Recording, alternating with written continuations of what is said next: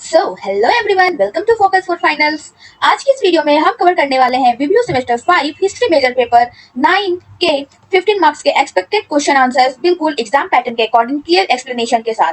अगर आप Vinoba Bhave university session 2022-26 के स्टूडेंट्स हैं और 28 जून 2025 से शुरू होने वाले सेमेस्टर एग्जाम्स की सॉलिड तैयारी करना चाहते हैं तो ये वीडियो आपके लिए एकदम जरूरी है।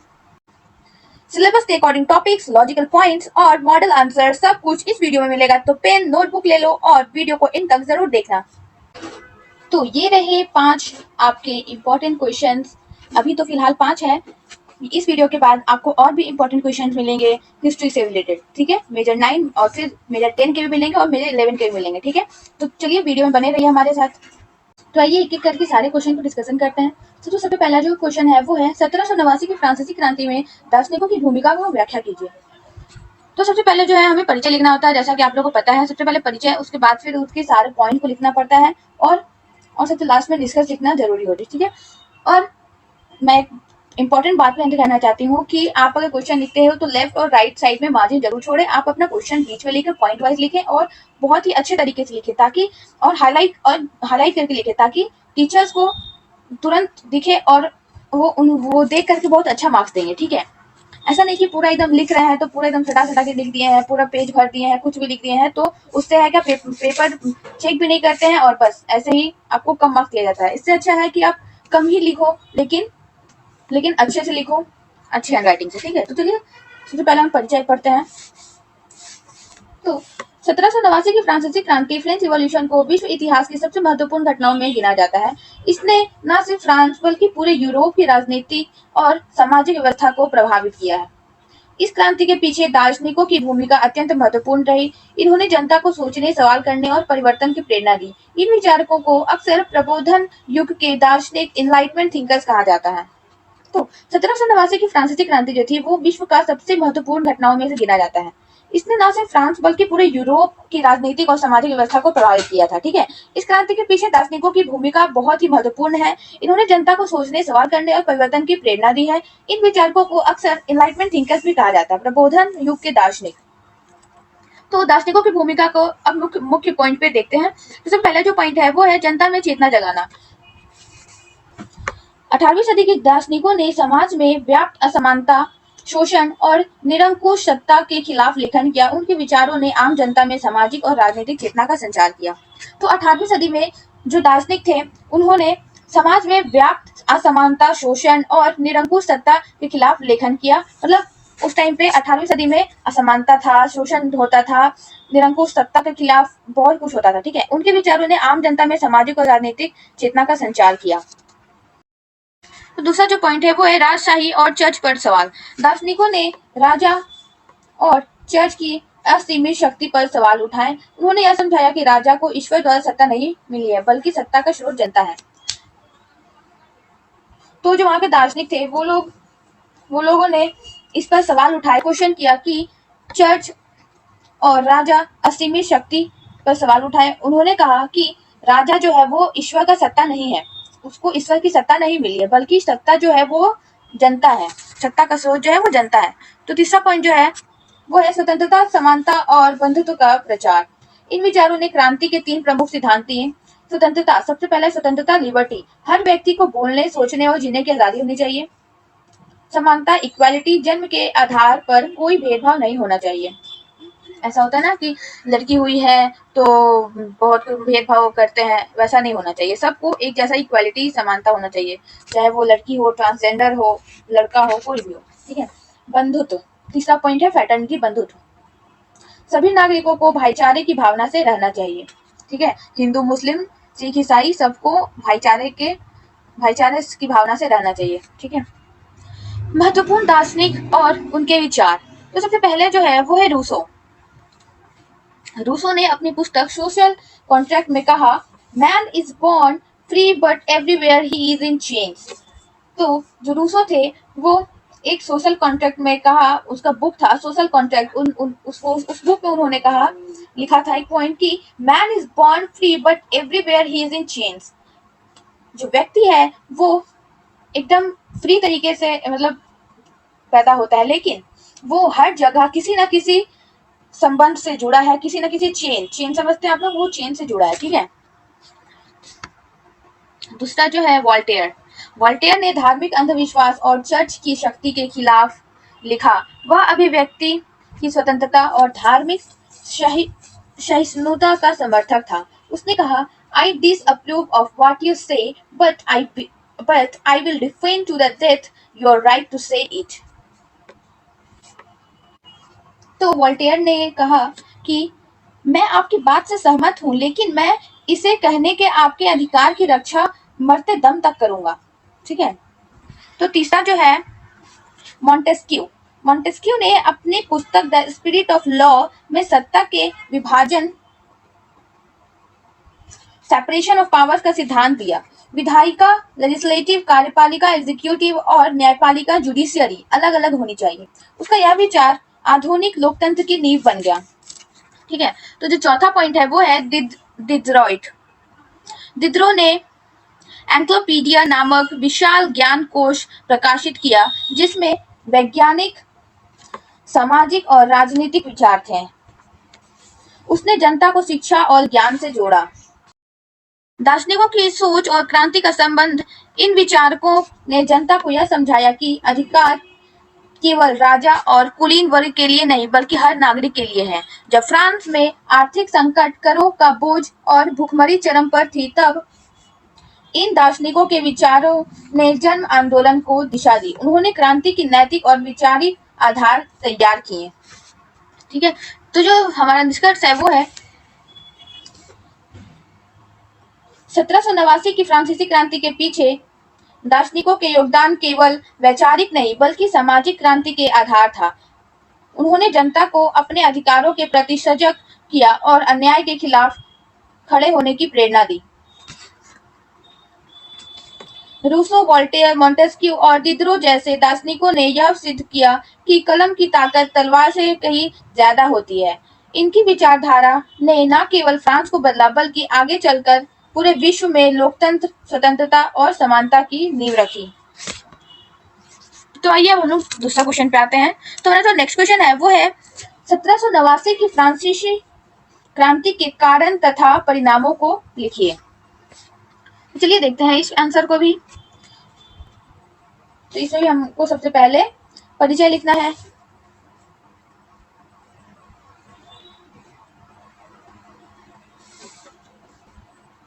फ्रांसीसी क्रांति, फ्रेंच रिवॉल्यूशन 1789 ईस्वी में फ्रांस में घटित हुई एक महत्वपूर्ण सामाजिक, राजनीतिक और आर्थिक क्रांति थी। इस क्रांति ने न केवल फ्रांस बल्कि पूरे यूरोप को प्रभावित किया। यह क्रांति राजतंत्र की समाप्ति, जनता की सत्ता और मानव अधिकारों की स्थापना के लिए लड़ी गई थी। इसके कारण और परिणाम अनेक और गहरे थे। चलिए इनके सारे मुख्य कारण को देखते हैं।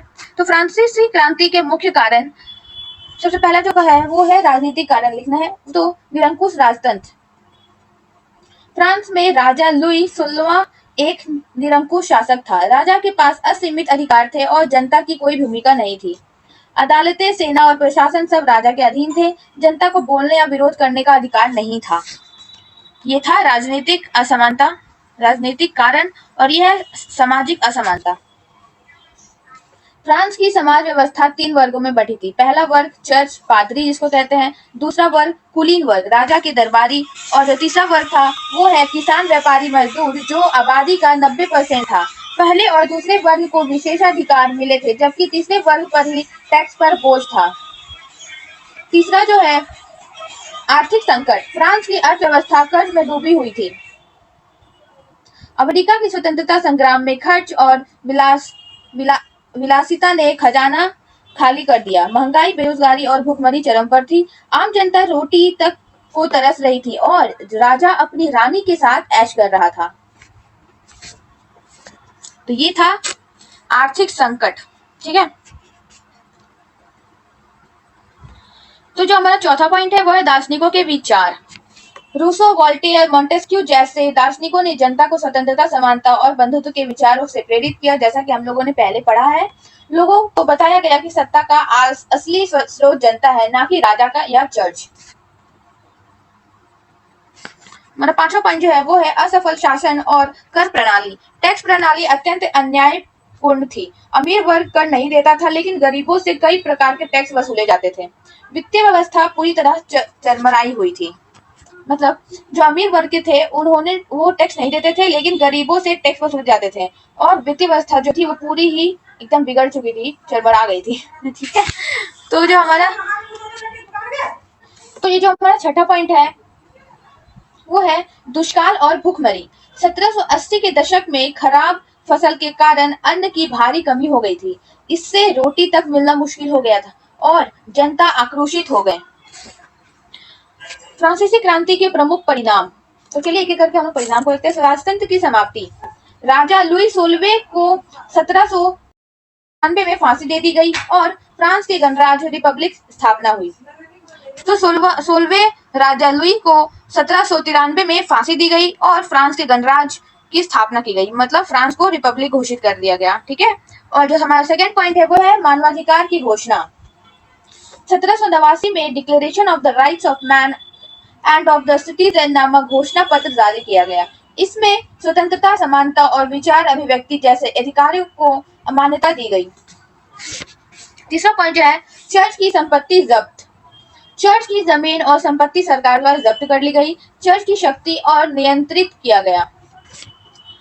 तो जो चर्च की जमीन और संपत्ति थी उसे सरकार के द्वारा जब्त कर लिया गया और चर्च की शक्ति भी को नियंत्रित किया गया। ठीक है। जो चौथा पॉइंट है वो है नए संविधान और लोकतंत्र की शुरुआत।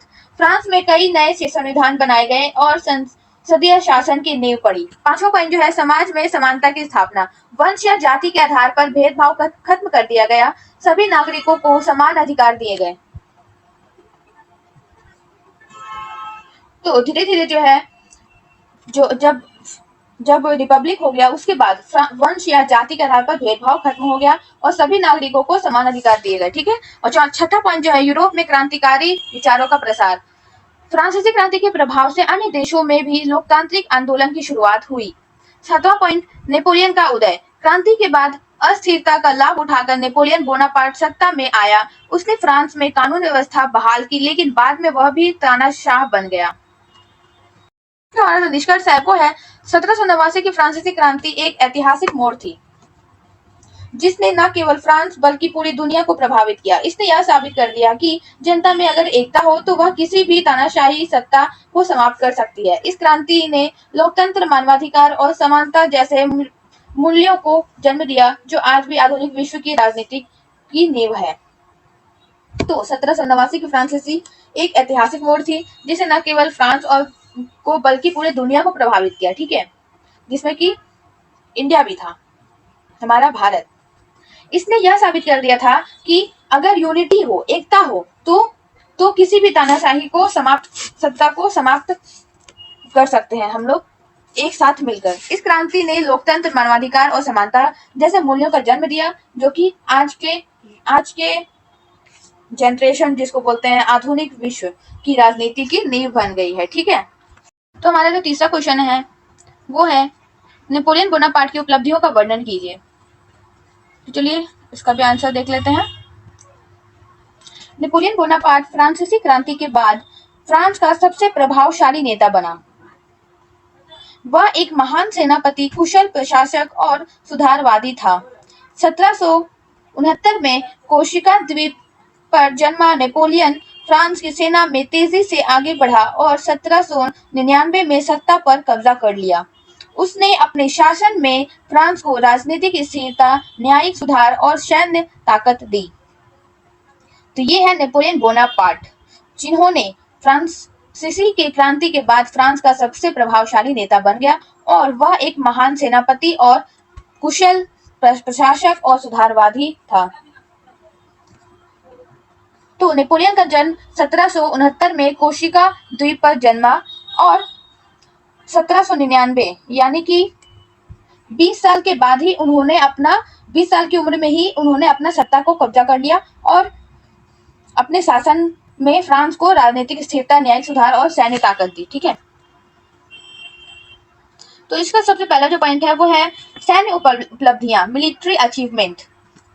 तेज और सफल विजय अभियानों का संचालन। नेपोलियन ने इटली, ऑस्ट्रिया, रूस, मिस्र, रशिया स्पेन आदि में सफल युद्ध अभियान चलाए। उसकी रणनीति तेजी से निर्णय लेना और सैनिकों में उत्साह भरना उसकी ताकत थी। ठीक है। यूरोप का बड़ा हिस्सा जीता। नेपोलियन ने अपने शासन काल में यूरोप के बड़े हिस्से को जीतकर फ्रांसीसी साम्राज्य को स्थापित किया। उसे यूरोप का सम्राट कहा जाने लगा। ये जो है ये एक वन वर्ड के थ्रू भी आ सकता है क्वेश्चन कि यूरोप का सम्राट किसे कहते हैं, तो नेपोलियन को यूरोप का सम्राट कहते हैं। ठीक है। तीसरा पॉइंट जो है हमारा नेक्स्ट पॉइंट जो है नेपोलियन युद्ध, नेपोलियन वॉर्स। 1803 से 1815 तक हुए युद्धों में उसने कई राष्ट्रों को हराया। हालांकि वाटरलू की लड़ाई 1815 में हार के बाद उसका पतन हुआ। तो हमारा जो दूसरा पॉइंट है वो है प्रशासनिक और न्यायिक उपलब्धियां, एडमिनिस्ट्रेटिव अचीवमेंट्स। नेपोलियन संहिता, नेपोलियनिक कोड। 1804 में नेपोलियन ने एक नया न्यायिक संहिता, सिविल कोड लागू किया। इसमें समानता, धार्मिक स्वतंत्रता, संपत्ति का अधिकार, विवाह और विरासत जैसे मामलों को न्याय संगत बनाया गया। यह कानून आज भी कई देशों की न्याय प्रणाली की प्रेरणा है। नेक्स्ट है राज्य व्यवस्था की पुनर्गठन। नेपोलियन ने जिलों और प्रांतों का सुव्यवस्थित प्रशासन लागू किया। उसने योग्य अधिकारियों की नियुक्ति की जिससे शासन में पारदर्शिता और कार्य क्षमता आई। ठीक है। और हमारा जो नेक्स्ट है कर्मचारियों की भर्ती प्रणाली, योग्यता आधारित भर्ती प्रणाली शुरू की गई जिससे सामान्य नागरिक भी सरकारी नौकरी में आ सके। ठीक है। तो हमारा जो तीसरा पॉइंट है वो है आर्थिक एवं शैक्षणिक सुधार, इकोनॉमिक एंड एजुकेशन अचीवमेंट्स। तो इसका पॉइंट है बैंक ऑफ फ्रांस की स्थापना। नेपोलियन ने 1800 में बैंक ऑफ फ्रांस की स्थापना की जिससे देश की अर्थव्यवस्था को मजबूती मिली। इसने मुद्रा और कर्ज प्रणाली को व्यवस्थित किया। कर प्रणाली में सुधार, टैक्स वसूली प्रणाली को व्यवस्थित और पारदर्शी बनाया गया। भ्रष्ट टैक्स अधिकारियों को हटाया गया। ये बहुत ही अच्छा विचार था नेपोलियन का। ठीक है। नेक्स्ट है शिक्षा में सुधार। उसने राजकीय विद्यालय, सैन्य स्कूल और विश्वविद्यालयों की स्थापना की। शिक्षा को राष्ट्र निर्माण का हिस्सा माना। तो हमारा जो चौथा पॉइंट है वो है धार्मिक और सामाजिक सुधार, चर्च में समझौता, कॉन्कॉर्डेट। नेपोलियन ने 1801 में पोप के साथ समझौता किया जिससे चर्च और राज्य के संबंधों में संतुलन आया। इससे धार्मिक अशांति खत्म हुई और चर्च को सीमित शक्ति मिली।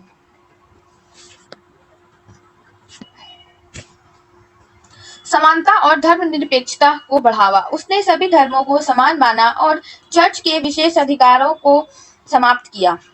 ठीक है। फिर हम आते हैं हमारा पांचवा पॉइंट जो है वो है अंतरराष्ट्रीय प्रभाव और विरासत।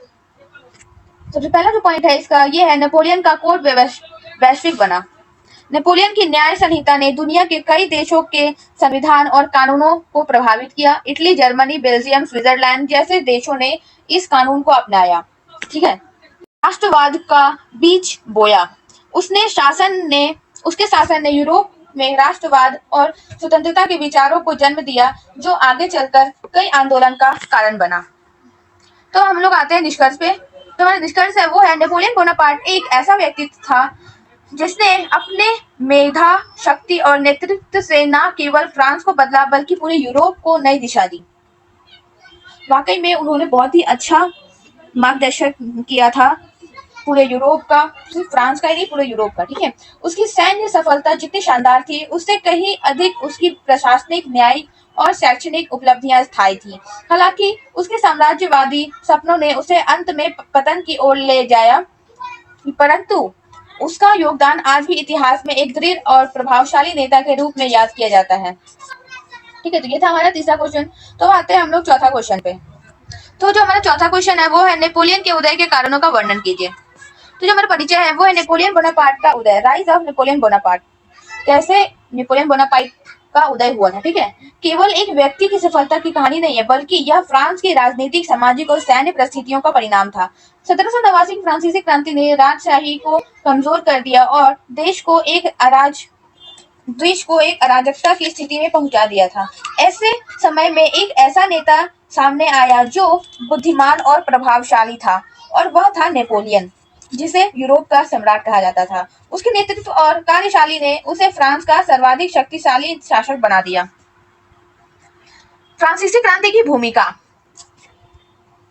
1789 की क्रांति ने फ्रांस की राजशाही और उखाड़ फेंका और लोकतंत्र समानता को स्वतंत्रता की नींव रखी। परंतु क्रांति के बाद राजनीतिक अस्थिरता और आर्थिक बदहाली बढ़ गई। जनता एक ऐसे नेता की तलाश में थी जो सुरक्षा, स्थिरता और गौरव लौटा सके, और नेपोलियन ने यही किया। ठीक है, तो मेरा जो दूसरा पॉइंट है वो है राजनीतिक अस्थिरता और अराजकता। फ्रांसीसी क्रांति के बाद स्थापित डायरेक्टरी शासन 1795 से 1799 बहुत कमजोर और भ्रष्ट था। जनता और सेना का उसमें विश्वास नहीं था। नेपोलियन ने 1799 में कूदेटा करके डायरेक्टरी को हटाया और कंसुलेट शासन की स्थापना की। इससे वह धीरे धीरे सत्ता के केंद्र में आ गया। तो जो नेक्स्ट पॉइंट है वो है नेपोलियन की सैन्य योग्यता। नेपोलियन बचपन से ही सैन्य शिक्षा में माहिर था और उसे एक कुशल सेनापति के रूप में पहचाना जाता था। इटली और मिस्र में उनकी शानदार विजय ने उसकी एक राष्ट्रीय नायक बना दिया। उसकी रणनीति, नेतृत्व क्षमता और साहस ने जनता और सैनिकों दोनों को दिल जीत लिया। ठीक है, उन्होंने बहुत ही अच्छा काम किया था पूरे यूरोप के लिए। चौथा पॉइंट है जनता का समर्थन। नेपोलियन ने हमेशा जनता की भावनाओं को समझा और उन्हें सम्मान दिया। उसने सेना में योग्यता आधारित पदोन्नति को लागू किया। आम जनता में उसने यह विश्वास जगाया कि वह फ्रांस को फिर से महान बनाएगा। हमारा पांचवा जो पॉइंट है वो है प्रचार और छवि निर्माण। नेपोलियन ने खुद की एक वीर, देशभक्त और विजय नेता की छवि बनाई। उनके युद्ध अभियान केवल सैन्य नहीं बल्कि राजनीतिक प्रचार भी थे। उसने अखबारों और कला के माध्यम से अपने कार्यों को प्रचारित किया। नेक्स्ट पॉइंट जो है वो यूरोप की कमजोरियां और अवसर। उस समय यूरोप के अन्य देश आपसी युद्ध और आंतरिक विवादों में उलझे हुए थे। इससे नेपोलियन को युद्ध में तेजी से विजय पाने और साम्राज्य विस्तार का मौका मिला। इंग्लैंड को छोड़कर बाकी यूरोप उसके आगे झुक गया। करिश्माई नेतृत्व। नेपोलियन ने स्वाभाविक नेतृत्व शक्ति थी। वह न सिर्फ सेनाओं का बल्कि जनता का भी प्रेरणा स्रोत बन गया। उसका आत्मविश्वास, वक्तृत्व कला और निर्णय लेने की क्षमता उसे सामान्य नेताओं से अलग बनाते थे। कानून और व्यवस्था की बहाली। सत्ता में आते ही नेपोलियन ने कानूनी सुधार, टैक्स सिस्टम सुधार और धार्मिक समझौता किए। इससे जनता में विश्वास और स्थिरता आई। 1804 में उसने नेपोलियन संहिता लागू की, जिसने उसे एक समाज सुधारक के रूप में स्थापित किया। तो अब आते हैं हम लोग निष्कर्ष पे। नेपोलियन का उदय कई आंतरिक और बाहरी परिस्थितियों का परिणाम था। फ्रांसीसी क्रांति की अराजकता, डायरेक्टरी की विफलता, जनता की निराशा और उसकी खुद की सैन्य और राजनीतिक कुशलता, इन सभी ने मिलकर उसे सत्ता तक पहुंचाया। नेपोलियन केवल एक सेनापति नहीं बल्कि राजनीति, प्रशासन और सामाजिक सुधार का एक प्रेरक नेता था। उसका उद्देश्य इतिहास में यह दर्शाता है कि एक सशक्त नेतृत्व किस तरह से एक अस्थिर राष्ट्र को पुनर्जीवित कर सकता है। तो नेपोलियन का यह बहुत ही बड़ा योगदान था अपने राष्ट्र के प्रति, जिसे आज भी हम लोग एक राष्ट्रवाद नेता के रूप में जानते हैं नेपोलियन को। ठीक है, तो बात है हम लोग अपने पांचवा क्वेश्चन पे, जो है भारतीय संविधान सभा की रचना और कार्यों का उल्लेख कीजिए। भारत का संविधान देश का सर्वोच्च कानून है। इससे बनाने का कार्य एक विशेष संस्था संविधान सभा कॉन्स्टिट्यूएंट असेंबली द्वारा किया गया। यह सभा भारत की आजादी से पहले गठित हुई थी और इसका मुख्य उद्देश्य था एक ऐसा संविधान तैयार करना जो लोकतांत्रिक, धर्मनिरपेक्ष, न्यायपूर्ण और समतावादी समाज की स्थापना कर सके। संविधान सभा की रचना और इसके कार्य भारतीय लोकतंत्र के निर्माण में मिलकर पत्थर स्थापित हुए। संविधान सभा की रचना, composition of the constituent assembly. गठन की पृष्ठभूमि। संविधान सभा के गठन का प्रस्ताव कैबिनेट मिशन योजना 1946 के तहत आया था। इसका उद्देश्य था भारत के लिए एक स्वतंत्र और सार्वभौम संविधान तैयार करना। दूसरा पॉइंट है कुल सदस्य। प्रारंभ में संविधान सभा में 389 सदस्य थे। 292 प्रांतों से 93 रियासतों से और 4 चीफ कमिश्नरी क्षेत्र से। ठीक है। भारत का बंटवारा होने के बाद 1947 में पाकिस्तान जाने वाले सदस्य हट गए और शेष संख्या 299 रह गई। तो बंटवारा जब 1947 में हुआ पाकिस्तान और भारत में, तो जो पाकिस्तान जाने वाले थे उसमें से संख्या घट गई और 299 जो है वो रह गई थी। ठीक है। तो तीसरा पॉइंट है चुनाव की प्रक्रिया। सदस्य प्रत्यक्ष रूप से जनता द्वारा नहीं चुने गए थे, उन्हें प्रांतीय विधानसभाओं के सदस्यों द्वारा अप्रत्यक्ष रूप से चुना गया था। चौथा पॉइंट है महत्वपूर्ण तथ्य। संविधान सभा का पहला सत्र 9 दिसंबर 1946, स्थायी अध्यक्ष जो थे सबसे पहले में वो है डॉक्टर राजेंद्र प्रसाद और प्रारूप समिति के अध्यक्ष डॉक्टर भीमराव अंबेडकर। अंतिम सत्र 24 जनवरी 1950। संविधान लागू हुआ 26 नवंबर 1950 में। तो जैसा कि आप देख रहे हैं यहाँ पे ऐसा पॉइंट वाइज लिखा हुआ है, तो आप लोग को इजी होगा इस टाइप लिखने में। ठीक है। पॉइंट वाइज लिखेंगे तो पेपर भी ज्यादा भरेगा और टीचर्स को अच्छे से दिखेगा भी हाईलाइटेड पॉइंट्स। ठीक है। तो आप लोग इसी प्रकार लिखेंगे, लेफ्ट मार्जिन राइट मार्जिन छोड़कर बीचों बीच। ठीक है। संविधान सभा के प्रमुख कार्य, main functions of constituent assembly, भारतीय संविधान का निर्माण। पहला पॉइंट, संविधान सभा ने लगभग 2 साल 11 महीना और 18 दिन में भारतीय संविधान का निर्माण किया।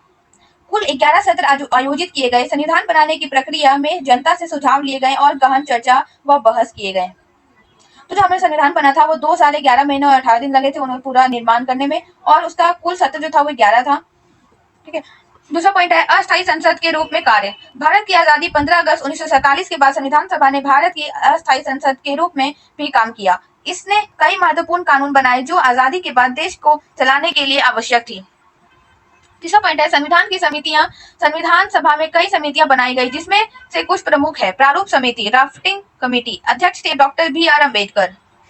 संघ शक्ति समिति, मौलिक अधिकार समिति, अध्यक्ष सरकार वल्लभ भाई पटेल थे, और राज्यों का पुनर्गठन समिति आदि।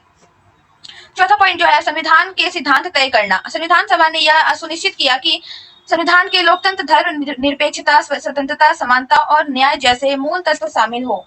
संविधान की उद्देशिका प्रेम्बल इन्हें मूल्यों को संक्षेप में प्रस्तुत करती है। हमारा पांचवा पॉइंट जो है वो सामाजिक न्याय और समानता की स्थापना। सभा ने ऐसे प्रावधान जोड़े जिससे सभी नागरिकों को समान अधिकार मिले, चाहे उनका धर्म, जाति, लिंग या भाषा कुछ भी हो। अनुसूचित जनजाति और जातियों के लिए विशेष प्रावधान किए गए। कुछ विशेष निर्णय, हिंदी को राजभाषा घोषित किया गया। संघात्मक व्यवस्था को स्वीकार किया गया जिसमें केंद्र और राज्य दोनों को शक्तियां स्पष्ट की गई। नागरिकों को मौलिक अधिकार प्रदान किए गए। संविधान को लिखित, विस्तृत और संशोधित योग्य बनाया गया। और जो हमारा निष्कर्ष है वो है संविधान सभा ने भारत के लोकतांत्रिक भविष्य की नींव रखी। इस सभा में शामिल सदस्य विभिन्न पृष्ठभूमियों से थे, जैसे कि डॉक्टर, शिक्षक, वकील, किसान, नेता आदि। इन सभी ने मिलकर एक ऐसा संविधान बनाया जो न केवल भारत की विविधता को समेटते हुए है बल्कि समानता, न्याय और स्वतंत्रता जैसे मूल्यों को भी कायम रखता है। आज भारत जिस लोकतंत्र पर गर्व करता है उसकी बुनियाद संविधान सभा की दूरदर्शिता और संपन्न पर ही आधारित है। तो ये थे हमारे 5 क्वेश्चंस। बाकी के क्वेश्चंस आपको नेक्स्ट वीडियो में मिलेंगे। तब तक के लिए हमारे चैनल को सब्सक्राइब कर लें, लाइक कर लें और कमेंट करना ना भूलें कि और आपको कौन से सब्जेक्ट में वीडियोस चाहिए। ठीक है। अपने दोस्तों के साथ शेयर करिए। तब तक मिलते हैं आगे वीडियो में। Thank you.